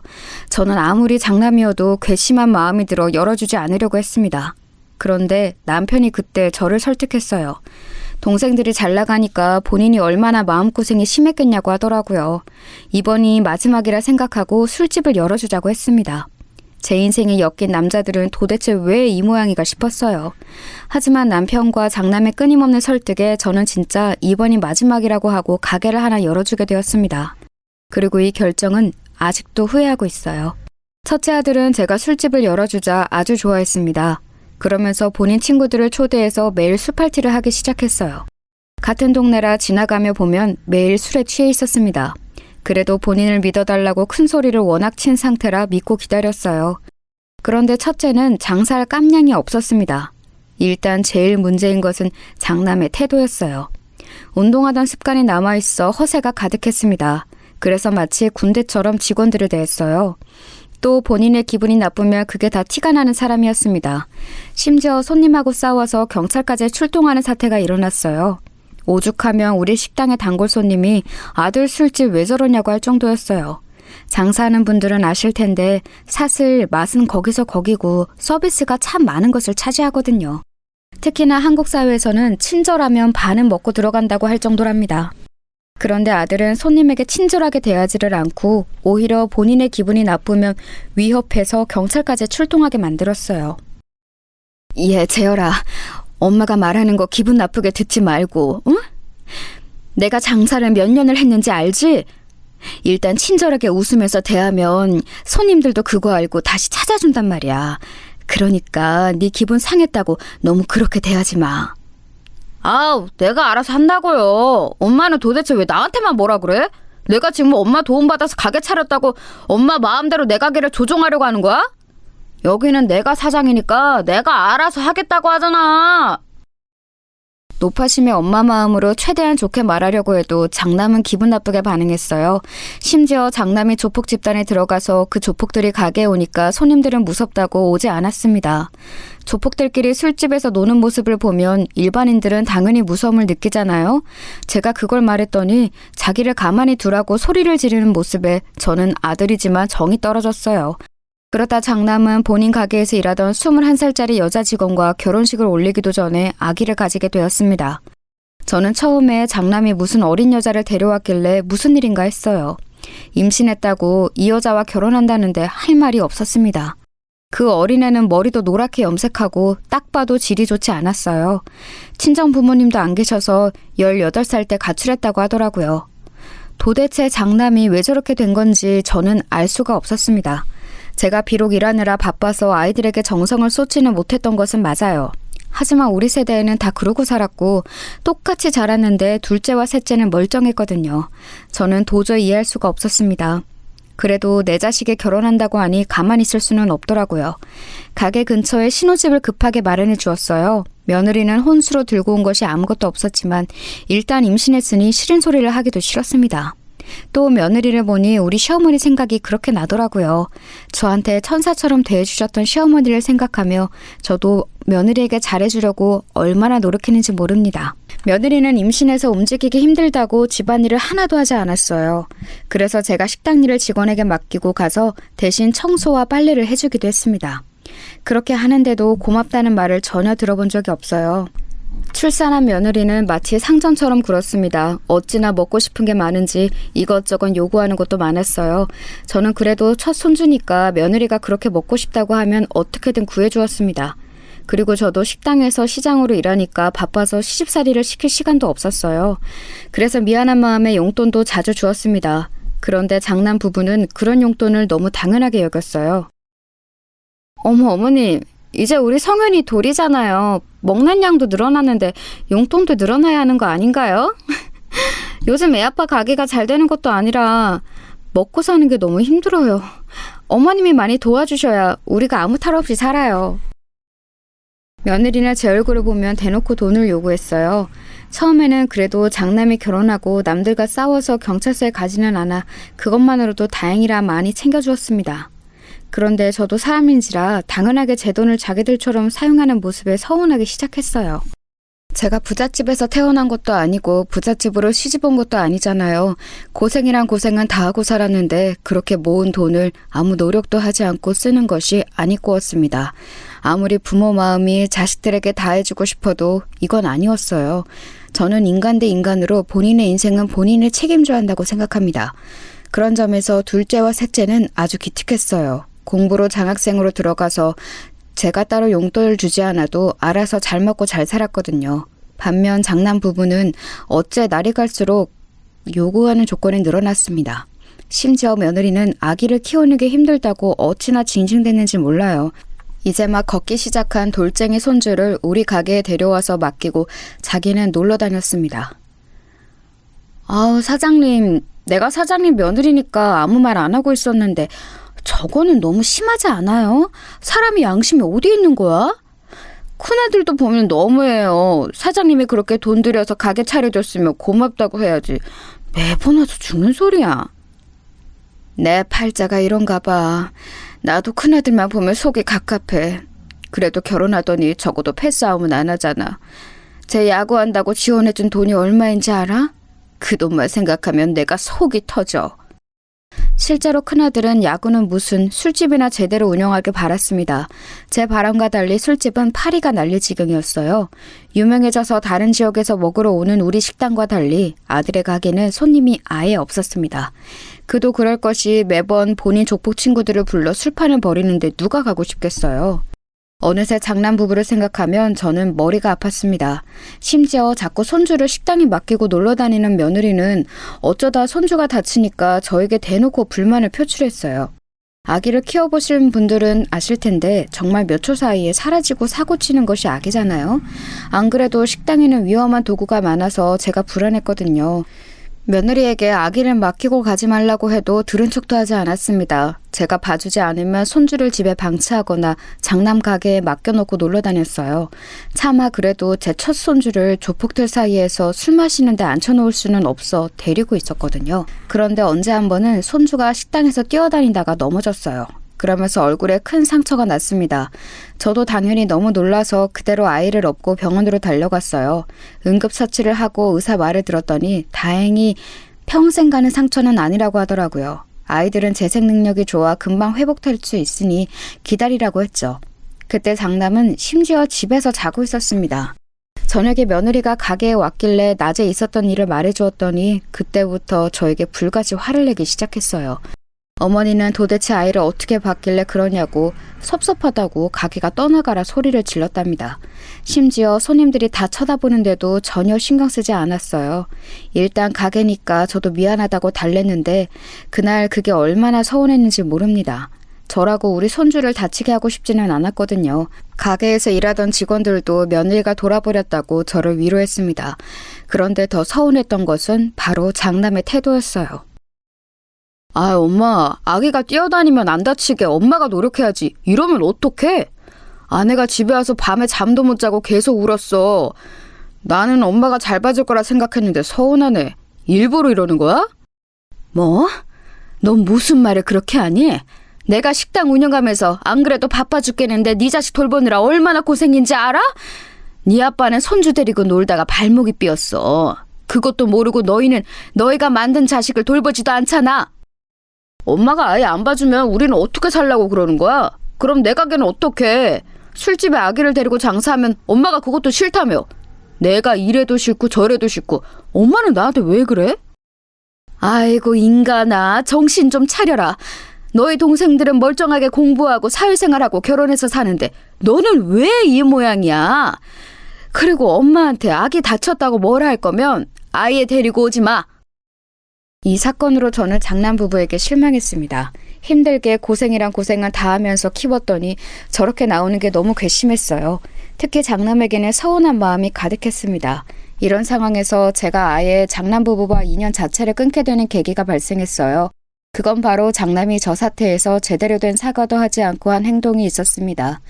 유명한 우리 식당과 달리 본인의 가게는 손님이 없어 파리가 날렸잖아요. 그래서 장남은 우리 식당에서 밥을 먹고 나온 손님들에게 자기 술집으로 오라고 꼬드겼어요.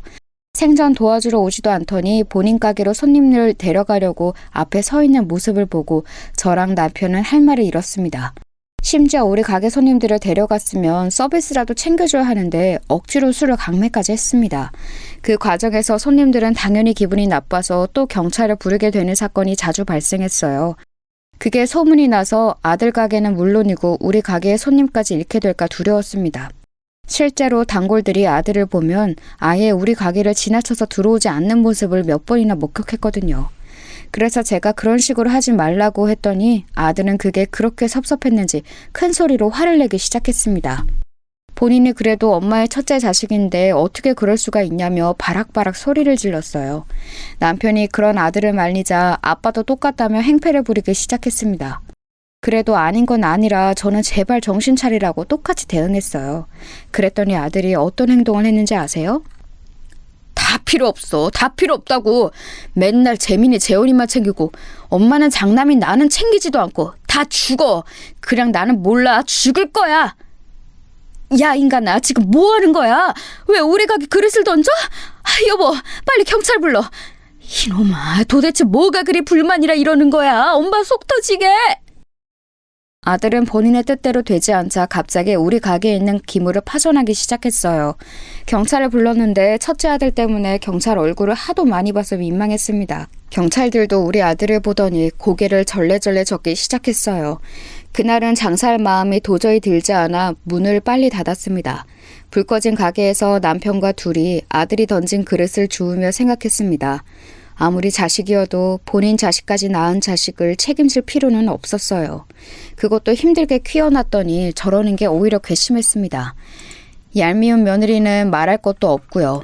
이제는 손주 얼굴도 보기 싫더라고요. 그렇게 예뻐해도 돌아오는 것은 아무것도 없으니 허탈했습니다. 그날 남편과 많은 얘기 끝에 결국 결정을 내리게 되었습니다. 사실 아들 가게의 부동산 이름은 저로 되어 있었어요. 제가 모든 돈을 냈으니 당연한 결과였죠. 아침이 되자 바로 부동산에 가서 가게를 내놓았습니다. 그 소식을 듣고 아들은 당연히 우리 가게로 찾아왔어요. 또 바락바락 성질을 내며 엄마가 어떻게 자기한테 그러냐고 드러눕기 시작했습니다. 하지만 눈 하나 깜짝하지 않았어요. 오히려 이제 네 인생은 네가 알아서 살라고 했습니다. 그랬더니 또 욕을 그렇게 하면서 이놈의 집구석 더럽고 치사해서 못 살겠다고 하더라고요. 그러더니 다시는 보지 말자고 하고 그대로 며느리와 손주를 데리고 사라졌습니다. 그렇게 홧김에 나간 장남은 약 2주 뒤에 다시 돌아왔어요. 갈 때는 평생 얼굴도 안 볼 것처럼 하더니 돈이 없고 능력이 없으니 어쩌겠어요. 장남은 그런데 태도가 하나도 바뀌지 않은 상태였습니다. 오히려 당당하게 돈을 달라고 하길래 저는 그런 장남의 얼굴을 쳐다보지도 않았어요. 그랬더니 역시나 또 위협적으로 행동을 하려고 하길래 제가 먼저 나섰습니다. 미친 사람처럼 소리를 마구 질렀어요. 나가라. 나는 이젠 너랑 며느리 얼굴이 꼴도 보기 싫어. 네 인생 망했다고 네 부모 인생까지 망하게 할래? 내가 도대체 너한테 못해준 게 뭐야? 학생 때 운동하겠다고 해서 그거 지원해줘. 능력도 없어 조폭 집단에 들어가서 술집 차려줘. 결혼한다고 저 불려지 같은 년 데려왔을 때 집 구해줘. 인간아, 양심이 있으면 내 눈앞에서 당장 꺼져. 그러면서 부엌에 가서 소금을 가져와서 뿌렸어요. 다른 사람들이 쳐다봐도 신경도 쓰이지 않았습니다. 오히려 더 과장되게 행동했더니 장남은 매우 당황했어요. 그러더니 저한테 당당하게 소리쳤습니다. 그래, 알겠어. 나도 싫어. 나는 평생 엄마랑 아빠랑 연 끊고 살 거니까 그렇게 하셔. 나도 서운하고 섭섭한 거 말하면 끝도 없어.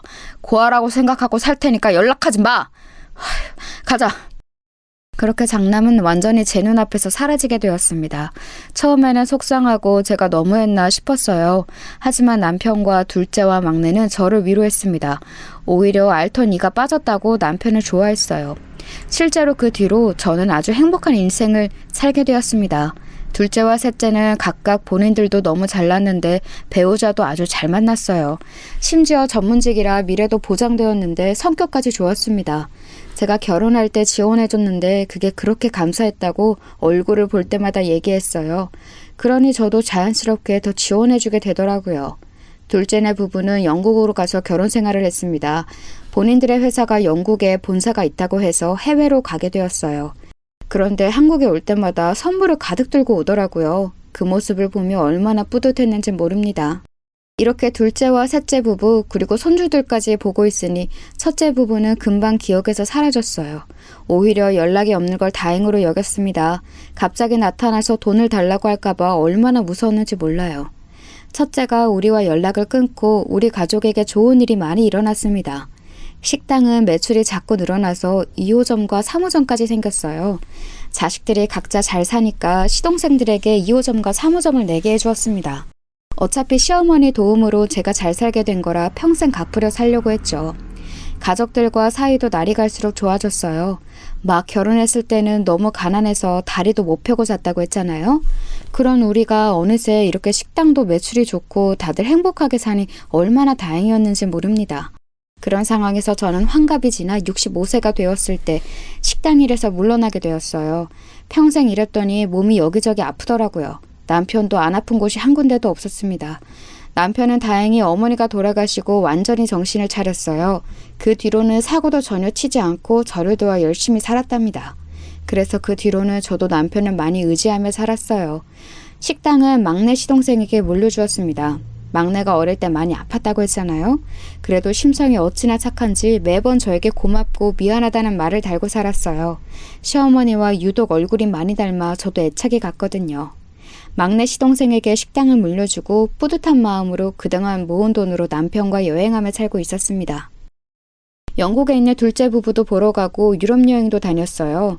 물론 나이가 들어 움직이는 것이 힘들었지만 가난했던 과거를 생각하면 지나가도 벌떡 일어나게 되더라고요. 좋은 풍경을 보며 저는 우리 부모는 생각도 나지 않았는데 돌아가신 시어머니가 그렇게 생각났습니다. 만약 살아계셨다면 제가 어떻게든 데리고 좋은 곳을 보여주려고 애썼을 거예요. 남편과 둘이 조용한 곳에 가서 우리가 살았던 인생을 얘기하며 서로 웃고 울었습니다.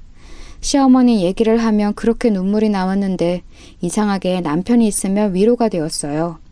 이렇게 은퇴하고 남편과 열심히 둘째와 셋째 부부를 보러 다니며 여행을 하고 있던 어느 날이었습니다. 그때 제 나이가 칠순잔치를 바로 직전에 두고 있었어요. 그날은 셋째 부부가 우리 집에 오기로 한 날이었습니다. 그래서 남편하고 시장에 가서 애들 먹일 갈비를 포장해서 왔는데 누가 우리 집 앞에 있더라고요. 누구지 싶어서 봤는데 저는 눈이 마주치게 소스라치게 놀라게 되었습니다. 너무 놀라서 들고 있던 갈비도 땅에 떨어뜨릴 정도였어요. 엄마, 아빠 잘 지냈어요? 나야 재열이, 나 잊은 거 아니지? 내가 성공해서 찾아오려고 엄마랑 아빠가 보고 싶어도 얼마나 참았는지 알아? 나 이제 사장님이야.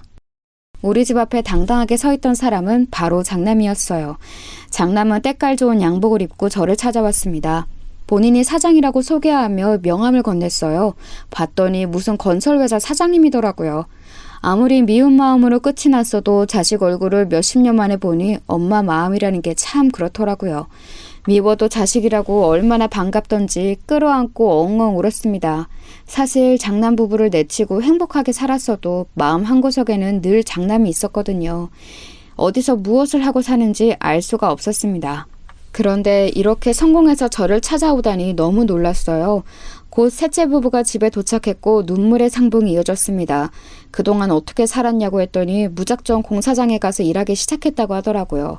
그러면서 차근차근 밑바닥부터 올라왔다고 했습니다. 이제는 완전히 정신 차렸다며 그동안 죄송했다고 비는 모습에 제 마음이 완전히 풀리게 되었어요. 그 뒤로 며느리와 손자도 데려왔는데 시간이 흘렀어도 얼굴이 똑같더라고요. 며느리도 사모님이 되어서 얼굴도 혈색이 아주 좋았습니다. 영국에 있는 둘째 부부에게도 이 사실을 알렸더니 너무 좋아했어요. 이런 와중에 장남은 저에게 칠순잔치를 하자고 하더라고요. 사실 나이가 드는 것은 너무 당연한 거라 생일이 그렇게 중요하게 생각되지 않았습니다. 그런데 장남이 너무 당연하게 잔치를 크게 해야 한다고 했어요. 그러면서 본인 거래처도 많으니까 최대한 큰 곳으로 잡자고 하더라고요. 본인이 다 주도하겠다고 당당하게 말하며 실제로 영국에 있는 둘째 부부도 부르고 시동생들도 다 불렀습니다. 온 가족이 모이니 생각보다 많이 북적거렸어요. 사람을 불러 노래도 부르고 음식도 맛있는 것을 잔뜩 먹었습니다. 저도 자식들이 한자리에 모이니 얼마나 좋았는지 몰라요. 그런데 사실 이날은 제 인생 최악의 날이랍니다. 제 사연의 핵심인 사건도 이날 일어났어요. 여러분, 사람은 안 바뀐다는 말 아시죠? 저는 이 말이 무슨 뜻인지 이날 알게 되었어요. 그것도 제 아들한테 이런 말을 하게 될 줄은 전혀 몰랐습니다. 칠순잔치를 성대하게 치르고 아주 배부르게 음식까지 먹고 기분이 좋은 상태였어요. 나머지 식구들은 집으로 갔고 우리는 우리 집에 가서 쉬려고 했습니다. 그런데 갑자기 화장실이 너무 가고 싶었어요. 그래서 화장실에 가는데 우리가 먹었던 연회장에 불이 켜져 있더라고요. 분명히 불을 끄고 나왔는데 이상하다 싶었어요. 더 놀랐던 것은 그 안에서 며느리의 목소리가 들렸다는 점이었습니다. 분명히 며느리가 급한 일이 있다고 시계 끝나자마자 바로 나갔거든요. 나간 며느리가 왜 연회장 안에 있는지 궁금해서 다가갔더니 저는 믿을 수 없는 대화를 바로 앞에서 듣게 되었어요. 여보, 돈 위조 지폐로 바꾼 거 맞지? 아우, 심장 떨려 죽는 줄 알았어. 축의금 얼마 들어왔어? 우리 생각보다 많이 들어왔어? 빨리 그거 가지고 튀자. 곧 있으면 사채업자들이 우리 찾아올 거야. 내 예상보다 금액이 많아. 아까 위조 지폐로 바꾸는데 누가 볼까 얼마나 무섭던지. 빨리 저 노인네 버리고 이제 튀자. 당신 아까 집에 가서 금덩어리 가져온 거 맞지? 그건 차에 있어? 일단 튀고 엄마가 나 돈 준다고 했으니까 그것만 받고 완전하게 잠수 타자. 글쎄, 장남 부부가 축의금을 바꿔치기 한 거였어요. 심지어 며느리가 중간에 우리 집에 가서 금을 챙겼다는 것까지 듣고 저는 피가 식는 기분이 들었습니다. 대화를 들어보니 장남은 건설회사 사장님이 전혀 아니었어요. 오히려 빚을 억대로 낸 상태였습니다. 그런 기가 막힌 대화를 듣는 도중 제가 내려오지 않으니 식구들이 연회장으로 올라왔어요. 장남 부부가 문을 열고 나오니 우리가 다 그 인간들을 쳐다보고 있었습니다. 장남과 며느리는 심하게 당황한 눈치였어요. 그러더니 돈을 들고 도망가기 시작했습니다. 그런 장남을 둘째와 셋째가 나서서 잡았어요. 야, 이것들아, 너희가 그러고도 인간이야? 사람이 안 바뀐다고 하는데 역시나 그럴 줄 알았어. 뭐 사장님? 사장님은 무슨, 너희 사채업자가 찾아온다고 했지? 그래서 재열이 너는 얼마 전에 나한테 돈을 빌려간 거였어? 됐다, 어림도 없어. 사실 얼마 전에 장남이 저에게 은밀하게 부탁했던 것도 있었어요. 사업 자금이 필요하다고 2억을 달라고 했었거든요. 그래서 저는 가지고 있는 아파트를 하나 팔아서 주려고 했었습니다. 그걸 장남에게 다 말했고 서류 정리만 남은 상태였어요. 그것도 모자라서 제 칠순잔치에 돈까지 가져가려고 하다니 너무 기가 막혔어요. 당연히 2억은 없던 일로 되었고 장남 부부에게 제 축의금도 가져왔습니다. 며느리의 차로간이 정말 금덩어리가 몇 개는 있더라고요. 그 모습을 보고 남편이 무척이나 화를 내며 다시는 우리를 찾아오지 말라고 했습니다. 그러면서 저는 더 기막힌 얘기를 들었어요. 엄마 몰래 나한테 돈 달라고 사정해서 내가 1억을 마련했더니 다 이런 속셈이었어? 어림도 없다. 그렇게 부모가 돈으로 보여? 빌려주기로 했던 거 다 취소야. 내가 이럴 줄 알고 아직 도장을 안 찍었어. 알고 봤더니 남편에게도 장남은 돈을 빌렸더라고요. 오랜만에 나타난 이유는 바로 본인의 빚을 탕감하려고 했던 거였습니다. 장남과 며느리는 이렇게 완전히 우리 가족에게 버림받게 되었어요. 둘째에게 듣기로는 사채업자에게 쫓기고 있다는데 제 알바가 아닙니다. 여기까지가 제가 준비한 사연인데 재밌게 들으셨나요? 이 사건이 일어나고 한동안 너무 힘들었는데 지금은 완전히 괜찮아졌어요. 이제는 편안한 상태가 되었답니다. 제 사연 들어주셔서 감사합니다. 남편과 둘째, 셋째 부부와 저는 남은 인생 행복하게 살도록 할게요.